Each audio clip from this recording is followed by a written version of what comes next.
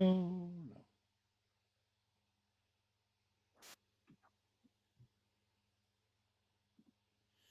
Hello and welcome back to Lesson Learned, a conversation about Mythcraft. I am Corey Griffin, And I am Kobe Randolph. and today we're going to be doing the rock, paper, scissors, lizard, Spock, my favorite thing to really dig into system of Mythcraft, which is its extremely robust magic system. At least the basics. Yeah, because, Um, I'm still learning with the basics of magic because I don't play many magic casters. I like to punch shit. it's either punch stuff or like support them in other ways. Yeah, summon stuff to punch stuff and then support. Yeah, definitely. Um, so, like I said, today we're only going to be doing a basic magic overlay, like an overview of all magic. These rules that we're going to talk about today will apply to all sources of magic, and we might dip in a little bit to the five sources of magic, just giving like a top down overlook at it. Um, with that being said, um, magic comes, or yeah, I guess the usage of magic comes from a thing called spell points mechanically. All spells that you cast in Mythcraft will refer to a spell point cost and spell points. Whenever you cast a spell, you have to spend both the action point cost and the spell point cost. If you cannot, then you're unable to cast that spell. Each time that you cast a spell, you subtract that many spell points, whatever its spell point cost is, from your current amount of spell points. You have a maximum amount of spell points, and that is determined by the magic talents and class talents that you've taken throughout your build.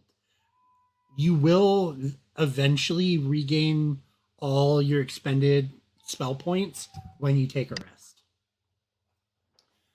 Now, another thing to, in my opinion, there's also ways to get spell points back.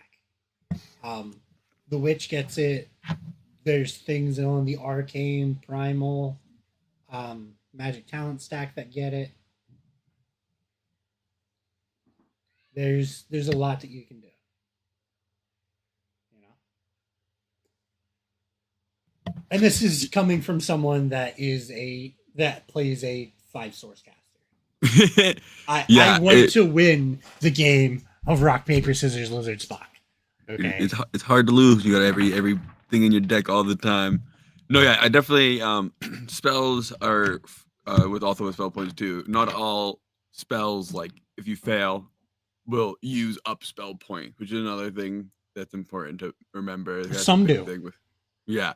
There are some you screwed. Others it's like, well, you missed. Well, here you go. Here's half of those back, which is always nice. Right. Right. But then we go into the duration of spells. Duration always ends at the end of the caster's turn unless noted otherwise. For example, 1 round means the magic effect ends after the caster's next turn. 1 minute means the magic effect ends after the caster turn in 6 rounds. 1 full minute. Right. Which I mean, duration's one of those things. Being told it ends at the end of the caster's turn is amazing. Like unless it's noted otherwise, right? Because that means you're always going to get a turn with the fun thing. Mm-hmm. Especially if you're debuff or buff focused, you're always going to get a full turn with the fun thing going. Now, I think that's one of the best things about AP when it comes to things like that. It's like sometimes it's like, I understand it's like you have that one turn. It's like, well, that's my whole action to use this one turn. It's like, and it's like, that's just first 2 AP. I still got 4 more. Now it's time to use what I got. And that yeah. I do really enjoy with the buffing magic. Um, So the next thing that we're going to come to is actually a little bit non self explaining. So we're going to talk just a little bit about conjuring. Some spells have the conjuring tag. These spells must be cast over multiple rounds of combat. For example, Conjuring 1 means that you have to spend at least one full round conjuring the spell. Rounds are counted at the beginning of your turn, meaning that even if you move and then start conjuring a spell at the start of your next turn, you are considered to have spent one full round of conjuring. Your spell activates the moment you meet both the number of conjuring rounds needed and has spent enough action points to cast the spell. For example, like if a spell has Conjuring 1 as a tag and needs 3 action points, if you spend 3 AP on your first turn, then immediately at the start of your next turn, whatever Conjuring 1 spell that you cast will trigger. Um, Alternative, on the other side of that, though, if you cast a spell with Conjuring 1 that needs like 6 action points, and you spend 3 on your turn, on this turn, and then 3 on the next turn, it will end as soon as you've spent enough AP. Yeah, I think I really enjoy that bit of it. It makes it kind of like bigger spells that like you want to hold for a minute, or even it's like you get to play around with a little bit because of how it works. I think it's a lot of fun. Or when you're sitting there, and like on the start of your next turn, you just start off with this big blast. You put all this force into it. It just feels very rewarding when you get that good conjuring going. And for the As ones that a you can conjure for longer, because there are like spells where you can conjure for more turns. Like, all right, I'm gonna sit back here and just give me a few turns to pump some AP, guys, which is a really cool process. as a as a Mythcrafter, I've used it as a way to set tension um, on more than one occasion, where I'm Oh, just them like, damn this sewers. man starts conjuring a spell, and everyone's just like, oh shit, um, which was great. But also, while you are conjuring, here's some downsides to it. You cannot move or spend any action points or reactive AP on anything other than conjuring the spell in question. If you take damage while you're conjuring, you make a d20 roll and add your magic attribute. If you roll lower than 10, the spell fails and you do not expend any spell points. Even if you had action points, all of the action points that you had on this turn are lost. It is I a very good system, I think, to like help the big spells. Cause like you said, that builds the tension really well of like, all right, we know he's conjuring. I know I have like I don't know how much time I have, but I know I have at least to the end of my turn to try to hit him enough time so he stops. And it really builds such a fun moment of like, all right, do I focus on making sure I'm okay if I don't get it off? Do I focus on making sure the team is good? Do I just try to hit him as much as I can? Like it is as a player, it is a very scary moment when you see that big conjuring go off. Especially in Mm-hmm. my position, I'm like, all right, I know I do the things to protect people, but also like I don't have a summon out to hit him. Like, it was just I'm thinking about that cleric in the freaking In the series, yeah. sewers. That was a very Stressful. fun adjusted cleric that I made. Um, Oh, it hurt. but the another good example was your first ever level 31 shot that you did. Mhm. Two of you charged a fireball for a minute Yeah, that was a good time. because you knew where the enemy was going to be, and the trigger was um, someone opened the door and you both just fucking tossed that fireball in. Yeah, we Sadly, it was yashed there. immune to fire damage, but it was huge damage numbers. Everything else that wasn't was obliterated. Everything else was just dead. I didn't even ask you to roll to hit because you guys had it charged so high. Um, Yeah. Um, Speaking of charging, we come to our next thing, which is upcharging. Some spells will give you the option to make them more powerful by upcharging them. This involves spending additional AP and or SP. The additional AP and or SP must be spent when you initially cast the spell in order to upcharge it. If you upcharge a spell but the spell fails, you still lose the upcharge SP, even if the spell lets you remain the base amount of SP on a fail. Oh! Oh. Oh, we're learning things together. I didn't know that. That's a good one, because I think that would have changed a couple fights. Yeah, we like to upcharge stuff. Yeah, okay, sweet. Ooh, that's I'm good to remember. gonna keep that in mind. Oh, that's scary. The next thing that we're going to talk about is gesture, verbal, and visual. Many magical abilities require you to have some combination of gestures or verbal components, and even the ability to see your target. When we're talking about gesture, if you cannot move your arms or a relevant appendage, you cannot cast magic that has a gesture requirement. For verbal, if you cannot speak, you cannot cast magic with the verbal requirement. And visual, if you cannot see your target or the area you're trying to affect, you cannot cast magic with a visual requirement. So, like, this becomes one of those how do you trap a wizard? You blind him, ball gag him, and handcuff him, right? Like, I mean, hey, that's how you stop him. A wizard's greatest strength is just getting into BDSM. Oh, I have a joke for that, but we're live and I'm not doing that. For some other effects that we need to sometimes have for spells, we have line of sight or line of effect. Sometimes the magic will specify that you need these. Line of sight being nothing can obscure your vision between you and your target of your magic. That means even if you meet the visual requirement to cast magic, but obscuring phenomena such as fog or mist isn't a way, you cannot use this particular magic. However, if a planar glass or transparent force field is between you and your target, you can still cast the magic. Where line of effect means that no physical barriers may stand between you and the target of your magic. This means that obscuring phenomena such as fog does not block your magic, but that pane of glass or a transparent force field would block your magic as it breaks line of effect. I don't think I've ran into too many line of effect spells I can think of off the top of my head. Lightning bolt. Is lightning bolt a line of effect one? Oh, yeah, you know, that makes sense. I think I've only ever just seen him use it in wide open spaces, so it's never been a problem. Oh, that's cool though. That is good to know. I really like the signification between the two of them. We go on to our next one, which is area of effect.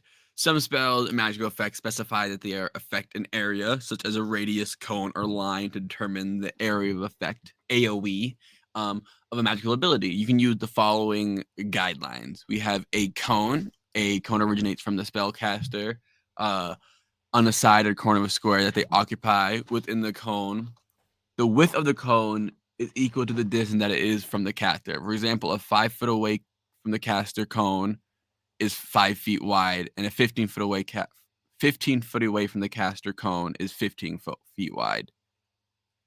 The magical effect of all spaces on the battle map that are at least half covered. A line, you choose a point adjacent to you and another point a number of feet away, specified by the magical effect. You draw a line connecting those 2 points. Any space on the battlefield map, any space on the battle map that the line enters is then affected by a line area of effect.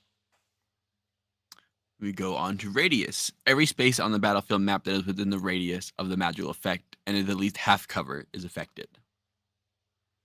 Is affected. Yep. So I may have been wrong. As I'm looking at spells with the line of effect. But I'm gonna name off one that I know you know. Feast for Crows. Again, makes sense for what it is. Yeah, that makes a lot of sense. Um, Acid Stream, Briar Oh, Whip, yep. Oh, yeah. Those make a lot of sense when I think about them for more than 2 seconds. Yeah. Lightning Lash. Like, and this is just me doing a quick scroll through the primal hmm chat because I Yeah, already if I have thought primal. about it for a couple seconds more, yeah, that makes sense. But reactive casting, a spell's action point cost, will specify if it can be cast reactively or not. Shield, arcane shield. Intuition. Ooh yeah, I do like that one a lot. Don't I know it? Then we go to cantrips, chants, and prayers. Cantrip, chants, and prayers are unique magical power that you might learn. These powers cost 0 SP to cast, and you can cast them as many times per day as you wish.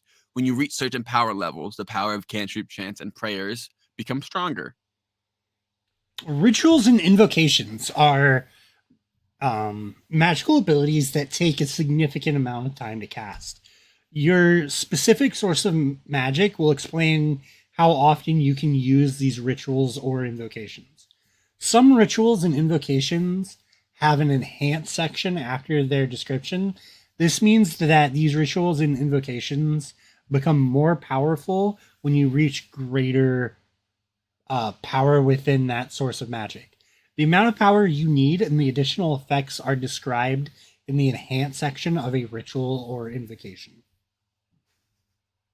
Remember, I realized that they were all different. And I got really sad. I realized I couldn't. My Timu Magic carpet didn't work the way I thought it would originally. Yeah. uh, Next, we go to multiple sources. If you can cast using multiple sources of magic, you choose one source to be your primary source. You can change this choice each time you level up if you wish. Oh, I didn't even know that. All magic that you cast uses the magic attribute of your primary source, but have your magic attribute when casting from a source that is not your primary source. So For for oh, for example, let's say that Kobe here wants to play a character that has both student of the arcane and initiate of the occult. Let's say he chooses his arcane to be his primary source, and which would make his intellect his magic attribute. If his intellect is 4, then he has a +4 to all magic rolls using arcane and a +2 to all of the occult spells. I'm gonna go over this next one. Um, no offense, Kobe, but I fought for this one to get actual wording, so I'm yeah, going over no, this one. did it up. So magic attribute. Your magic attribute is determined, or is what attribute you use when casting magic.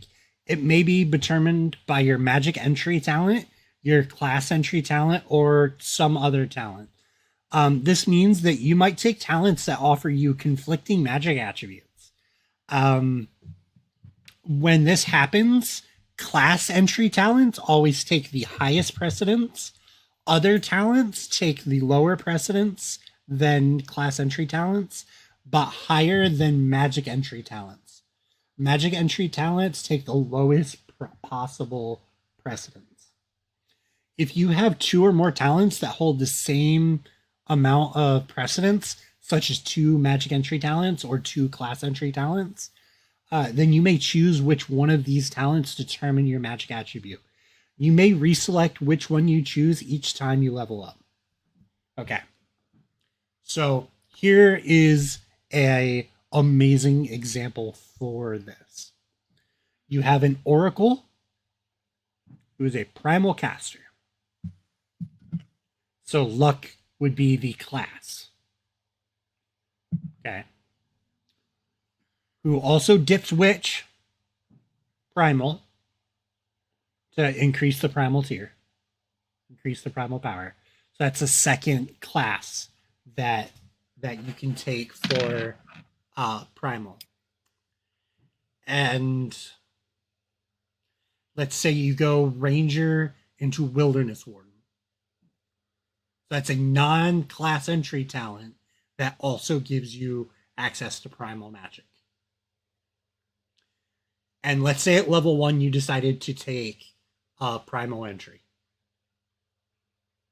With this example, you would be able to choose whether you wanted to use endurance or luck from this list, because those are class entry talents.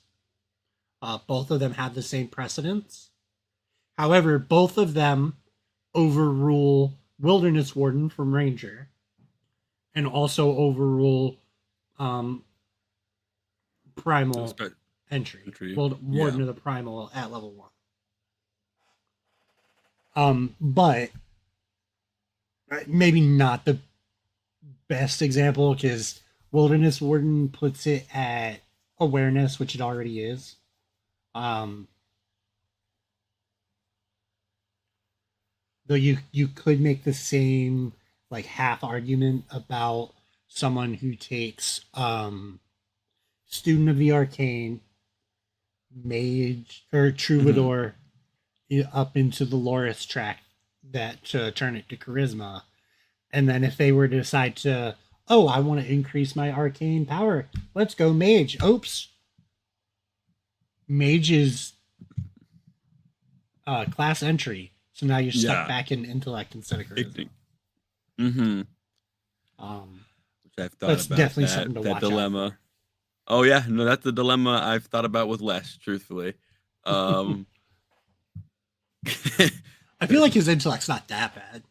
It is his second highest because of some of the other builds that you work with.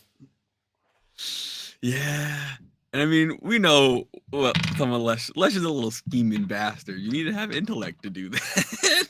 Right. I would never call Les stupid. It's just that's something that you kind of have to watch out for. So yeah, because I would then have to be using my secondary stat when I've like purposely built it around to not have to do that. So yeah, it's definitely something I'm like, all right, that definitely keeps me in my Troubadour, which is, it doesn't necessarily have the limiter necessarily. It's just like, hey, you got to figure out how you get your magic and where it's really coming from, and I think it fits for it to be like that. No, I'm just so glad we got that magic attribute section added. Yeah, definitely helps a lot. I remember I was very confused one of the first times I was building casters. I think it was actually when I was building the level 31. I was like, how does magic work?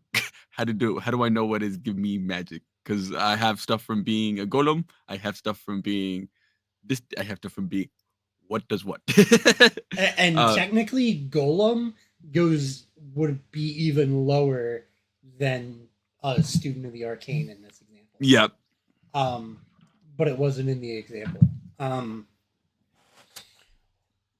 But we can continue now. Sorry to derail that. No, it's good. I appreciate it. I'm learning too. I can geek out about magic interactions. Next, we go to the functions of said magic. Refers to the 9 tags that spell. The 9 tag that spell and other magical effects will have. Every magical ability has one function. Is an ability refers to a magical function or function tag. Spelled with an enchanting tag, they refer spelled with the enchanting tag. They refer to these 9 functions. The tags are as follows: alchemy, transforming a substance, property, or physical composition. Altering. Oh. Yeah, we'll bounce back and forth. Altering. We'll alter. Yeah. Transportation magic and other magic that changes a subject's relationship to the world around it. Divining, predicting the future, seeing beyond the scope of one's own senses, and the like. Enchanting, magically charming and manipulating a person's emotions and thoughts. Evoking, powerful elemental or energy attacks, healing energy, and similar flashy magical abilities. Illusionary, changing someone's appearance or projecting a false image that's not truly there. Necromancy, raising the dead back to life, either through resurrection or as undead. Summoning, calling forth creatures from another plane of existence to serve alongside you. And warding, protecting yourself or others from harm. Do you have a favorite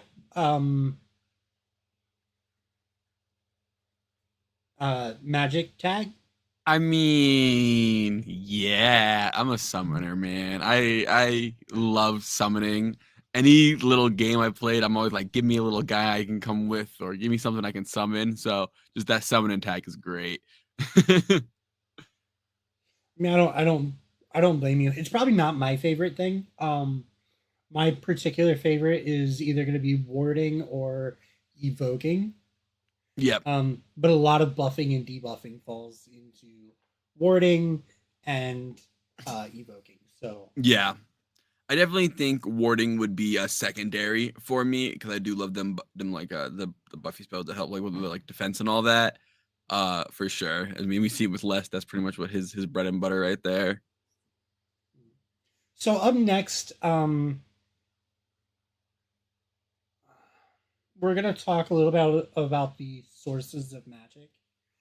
Um, in the five sources of magic are inseparably linked, and when um, when God's created the worlds, they used the fundamental wellspring to create matter, energy, and spirit. And what the fundamental wellspring is a is as essential to the workings of the multiverse and as esoteric and difficult to explain as gravity or wind. You can feel gravity's effects and you can see rustling leaves when it blows, but actually explaining what wind or gravity is can prove difficult for one who has not specifically learned in such matters. The fundamental wellspring is much the same. It is a spark of absolute energy, of tremendous power and splendor, and of spirit and consciousness. It radiated outward throughout the multiverse since its inception. This fundamental wellspring causes matter and energy to interact in strange, unpredictable ways. In short, the fundamental wellspring allows magic to exist in all its forms. um From that, we have next is essence. Essence is the stuff of souls, the mental and spiritual waves pulsing out through the cosmos as a result of the fundamental wellspring. A spiritual energy that washes through the celestial sea in great currents. Essence comes together when a new living being is born. Over the course of the being's life, their experience and decisions might generate more essence. The more change they instigate in the world, the greater the amount of essence they create.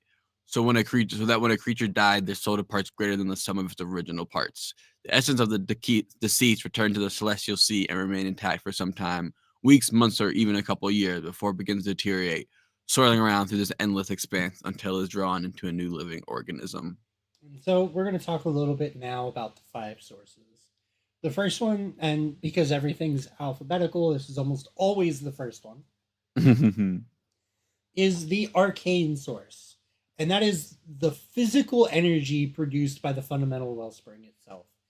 Casters that use arcane magic tap into the fundamental wellspring itself, using its mind melting powers to bend the world in accordance to their whim. Sorry. Perfect timing for a yawn. I apologize. Oh, you're good. Arcane all day, baby. But divine, the sixth creator, not the only god in the multiverse. Indeed, they have an almost entirely hands-off approach to the particular iteration of creation, leaving the mundane affairs of governing the multiverse to the deities born within it. Many deities exist within the multiverse, and they can use arcane magic beyond the scope of that which any mortal could hope to achieve. Mortal that use divine source either enter into a willing agreement with one or more deity to gain access to a sliver of that deity's power. The agreements might be contractual in nature, or devout worshiper might gain access to magic as a reward for their piety. Piety. Piety.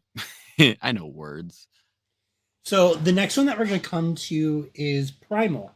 Some of the ambient magic released by the fundamental wellspring uh, coalesced no, co- into a single plane within the multiverse, acting as a self recharging battery.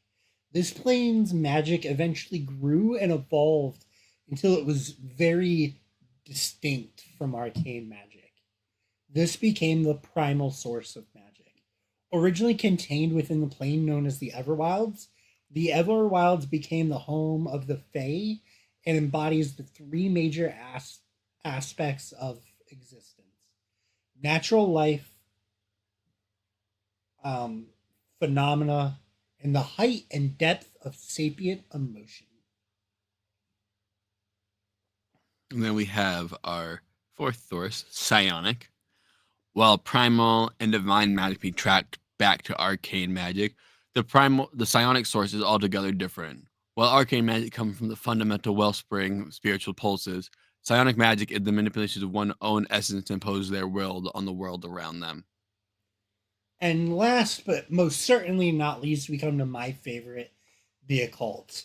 Like psionic casters, those who use the occult source deal in the power of essence. However, rather than training and enhancing their own essence, an occult caster will steal slivers of essence from a planar entity of tremendous power. Deities and similar creatures often do not immediately notice when such trace amounts of their powers are stolen, as this is infinitesimally small for from their perspective, while it gives significant power to the thief. However, occult casters must tread carefully, for if their thievery were to become known, the consequences are often dire. Yeah, you can tell which one's my favorite just by the way I read them. Yeah, I Sorry. struggle to pick a favorite myself. I think I'm between arcane and divine personally. Occult scares me. Just dark power. I don't roll good enough to have a dark powers. Yeah, Okay, so like I normally don't either, right? yeah. If you watch Legends, you've seen me blind myself like four times, right? So I don't roll great. I have blinded myself on more than one occasion. However, I absolutely adore that thrill, that high risk, high reward playstyle. Yeah. Because a spell with dark power compared to a spell without dark power, the dark power spell is stronger across Mhm. the board. Um, chant for chant, a dark power will be stronger than a non-dark power. Yeah, no, Spell for 100%. debuff, dark power is stronger than non-dark power. Does it suck when you do 1d12 necrotic damage to yourself because you missed your attack? Yes, it Yeah, does. I think I enjoy the forgivingness of a lot of the arcane and divine stuff. Though some divine stuff is definitely like, yeah, saber suck. But I, as someone who doesn't play a lot of casters, it's like, all right, leap with a lot of the arcane stuff. I can do stuff that like, all right, either I'm guaranteed to work, or if I mess up, the AP's gone, but I can still not ruin my SP and still like it feels not as scary to use my stuff, which I appreciate because Oh, I'm Mythcraft is already scary enough just trying to survive. I don't need my own stuff killing me. yeah, it's because I've been your MC for predominantly throughout your course of your Mythcraft career. If I you mean, had you have people, been the main MC I've had in just all of my tabletop RPGs because I've had like 2, 3 D&D games before this, and one of them is long form, and we've ran this longer than that now. So you have been my main MC in ever, and that has always gone horrible for me. I mean, okay, I have it a has not blast gone. playing. I have a blast playing. That let me rephrase. Combat and me are we just don't gel. I try to strategize, I do great, and then my role they're like, nah, bro. And all of a sudden Corey's like, I'm just a god, and you're just a flea under my foot, and I'm a step. This just happens. the the the worst ones that occurred on were times when like all of a sudden the luck just swapped, Oh right? yeah. Like you were absolutely curb stomping something, and then all of a sudden I'm critting every other attack, and The like time. but it yeah character death happens, right? I was on Yep. a call earlier about like what does character death look like, and I'm like, well, character death looks like a choice. Mm. Um, especially in Mythcraft, because you do have those turns that you can remove yourself from combat and start Yeah. catching your breath. Um, character death looks like a choice, and I think that that might be my fourth favorite thing about Mythcraft is if you die, that's on you. That's not even on me or the dice rolls. That's on you. Hmm. Um, because you can run away. Yeah, no, 100%. I don't build many characters who would run, and uh, the characters who would run survived. um, but yeah, no, I really do appreciate that. I've been playing more with Magic recently, and it is a lot of fun. I think it is there's a little bit of fear because of like the five sources in the hole. If I want to double dip, whatever, it's gonna be confusing. And then I realized, like we were talking before a little bit, it's really it can be super simple and be very effective with Magic. Like Mhm. this, I think it's with a lot of Mythcraft, like that initial crunch kind of you see is very big with Magic. But if you really just take it a source at a time, which is what I started doing, is as I'm building a character, I'm focusing my one source and the abilities I get in that character. And like I'm like, oh wait, this isn't really that scary when I'm not looking at an arcane divine primal caster who does all three at the same time. Like I don't know why I was thinking I need to do that for every build because I so much like to jump everywhere in my normal build. I was like, I gotta do it with magic too. But then I was building Smith. I was like, I can just have like a couple divine spells and I'm fucking chilling. We saw how effective that was on the pod. Like you don't need a lot with how they built the system, and it No, really makes it so nice. absolutely not. And I opened it up saying that I'm a pentacaster on the legends, right? And I am. I absolutely I have all five types of magic.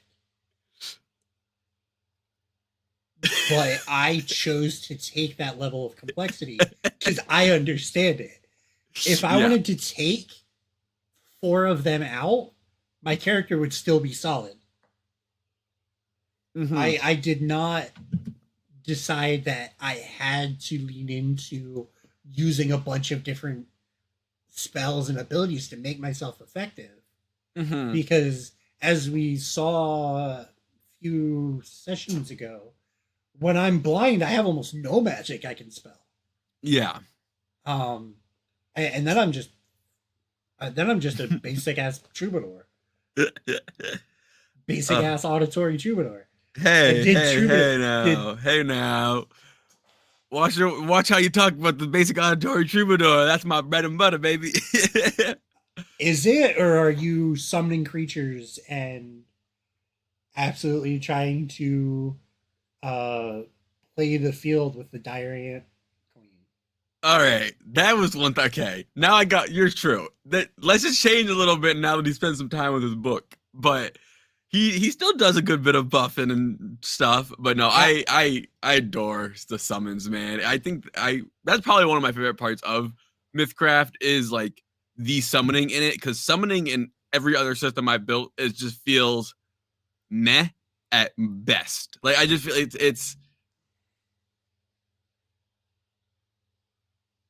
it's like, so you want to say something? You want yeah, to? absolutely do. I was just waiting for you to finish. Yeah, I was gonna say, it feels good to have summons in Mythcraft. It doesn't feel like I'm just like have a little thing that's here. Like if you want to summon stuff, like we have two very great types of like the necromancy summoning and just summoning magic in the group. And I really love how summoning works in Mythcraft as all. It feels effective. Absolutely. So my experience with summoning magic outside of Mythcraft is it either ends up so broken people banish it from the game because you're bogging down the game, Mm-hmm.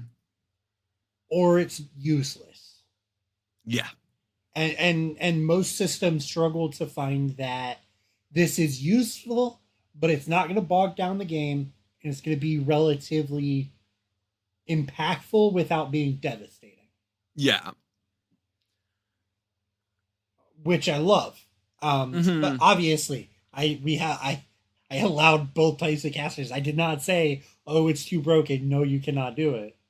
Right? Mm-hmm. Um, Yeah, I think the thing is just like it's like it is strong, and obviously there is going to be a little bit longer turn if you have summons and stuff, and it's just a conversation with the table, like we all talked before. I mean, I assume we talked the same with Badger, but talk to me like if you want to have summons, understand what your summons, what they do, and what they're capable of before you bring them out on the field for the first time. Like, which is it's simple stuff like that, which obviously has helped make it, and the way they have monsters laid out, it's really easy to just look at a sheet and be like, oh, I can run this summon.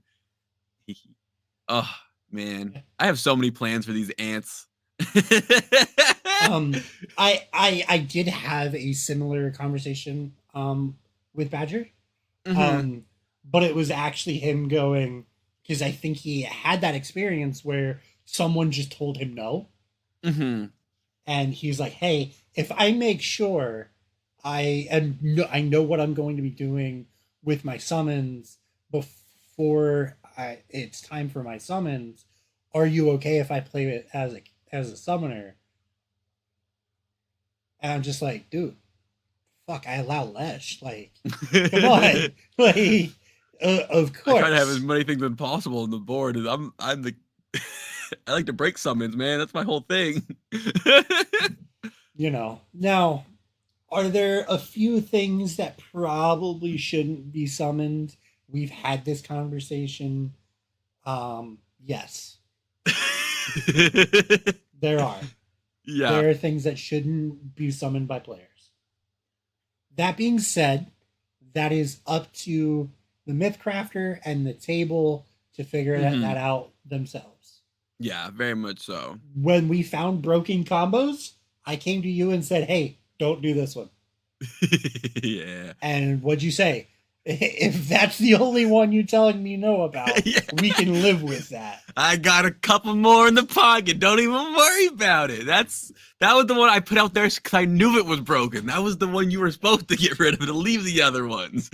Yeah, uh, but yeah. so and I mean this is all just going back into Magic itself, right? Like, is adding another person as as adding a summon to a combat encounter as devastating as a warding specialist who walks into a combat with a standing AR of 25 at level 2?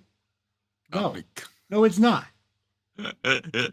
Yeah, yeah. There's some wild magic I've seen be done with even just in single, just within like just straight being arcane or straight being psionic or straight like it's just each individual one, there is some really fun things. Like if you the spells list are really well crafted, and like you can tell there's like there's combos in mind when being made, and it's like they're all very synergistic within their own things, and it's very fun to then when you understand a type of magic or two to be like, oh, I see like where the two synergies overlap, and that you get to that middle point, you're like, ah, now I'm starting to like Melazog. Like he is the beautiful example of that beautiful melting point when you find the combos of all of them, like that center point, and it's just Yeah. Inscription of Sharpening plus uh, Enchant Weapon plus I haven't done it yet, but Hexahemophobia plus yeah. So I can just keep adding pluses yeah, on all day. And is that because I chose to take a buffing focused caster that I'm using those particular examples? Yes. Are there mm-hmm. other ones that are just as broken? Yes. Yes. Go listen to the vote in one shot we did. Yeah. Yeah. Um Gios and Fireball. Yeah. Oh man. Gios and Fireball is an end to an encounter. It was yeah, it's crazy. There's so many super strong combos, and I'd like obviously some of them you like need to blow your whole load on them to do the one big blow sometime. But like even like the things you can do with this system is really fun, and I think that's a really cool part of it. I use Gios for that example, but any mind control with hey, go stand over there, and then conjure fireball Yep.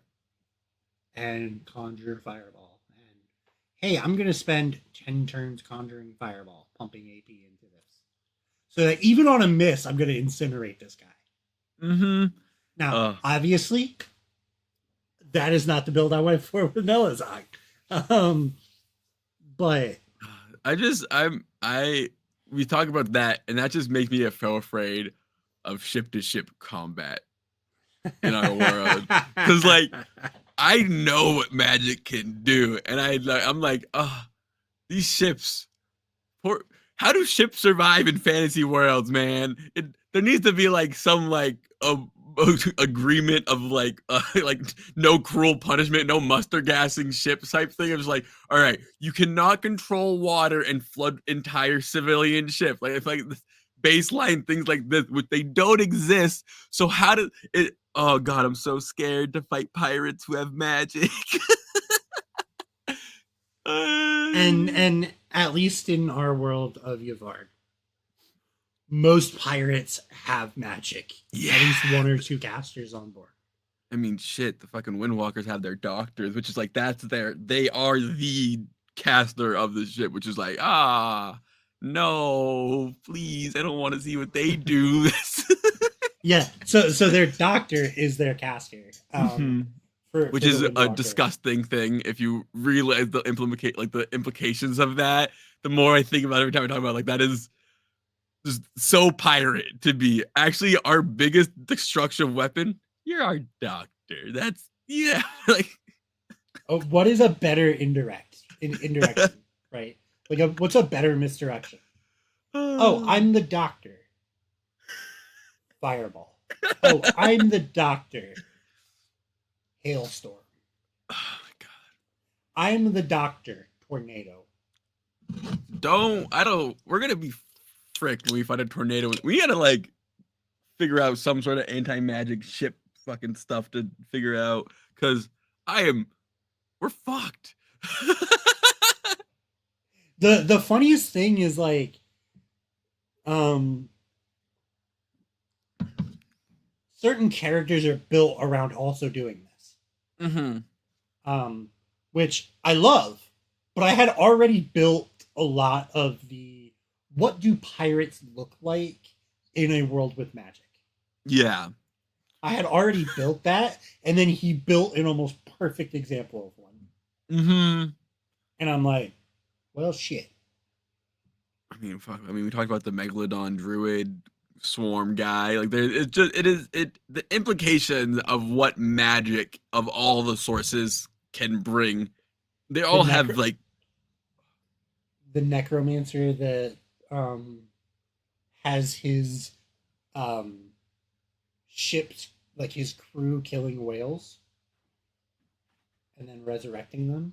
No, stop. Like creating zombie whales. If you make me put down a zombie whale, I'm going to cry the entire time. I cannot. I cried during Free Willy. You can't make me kill a zombie whale, Spaz. I will cry. What about a devil whale instead? I love that one's alive. That is terrifying, and I don't want to see that either. I hate ocean creatures. I love the ocean, like beaches and stuff. Ocean creatures terrify me. Like, I wouldn't say I have like thalassophobia or anything like that, but like, oh my god, big ocean creatures are terrifying. I went on a whale watch one time. Already was seasick, so it already sucked. But then a whale came way too close. I realized how big it was, and like full on just panic attack. Like, nope, shouldn't exist. Too big. Fuck that. Terrifying. Majestic. Stay over there. Or like a vampire squid. Like a vampire giant squid. No. What do you mean? I don't want to deal with bloody ink clouds. That's like disgusting. I can't say anything. I make the most disgusting monsters and I creatures was in my gonna abom. say some of your abominations are equal to my abominations of the sea, right? Um, I like to make abominations. I can't help it. I grew up on Goosebumps and freaking like Eldritch horrors. but yeah, for all of our wonderful watchers, do you have any questions on magic? I know we kind of like went kind of all over the place in the last couple minutes. But do you guys have any questions when it comes to magic, or at least the basics? My Obviously, this is not going to be the last magic conversation that we have. Um, but this is definitely magic, the basics. the beginnings. But yeah, as you guys formulate those questions, I'll give us this real quick. Our Baron of Dice. Baron of Dice is your one-stop shop for premium wargaming dice. Their dice are hand poured with premium resin materials and colored dyes. Each die is hand mixed to the desired result and then carefully swirled with 2 to 3 or 4 colors in a silicone mold. Before being lasered engraved with wicked symbols, hand inlaid, and finished in a matte or gloss polish. There are no imperfections in their dice, no balance issues, no microbubbles or mold lines. This is the difference between you. This is the difference between you. Can quite literally feel, hear a difference with their dice. Whatever game you play, whatever style your team, they're ready to elevate All right. Well, we didn't get any questions, so maybe we were just good at explaining these things. it. All right. If at any point in time in the future you ever have a topic that you want us to go ahead and talk about, leave a message in the or leave a comment on the video, uh, and we will definitely make sure to talk about that at some point. If you want to see how we deal with magics, or at least the basics of magic, in my world, you can check out our actual play podcast, Tales of Yavard. Anywhere, I think we can now say anywhere podcasts can be found. I'm pretty sure we're everywhere now with Apple and everything going through and all that. Yeah, anywhere podcasts can be found. Alrighty. I hope that you all have a wonderful week, and we will talk to you at a later time. See you in the next lesson learned, guys. Have a good one.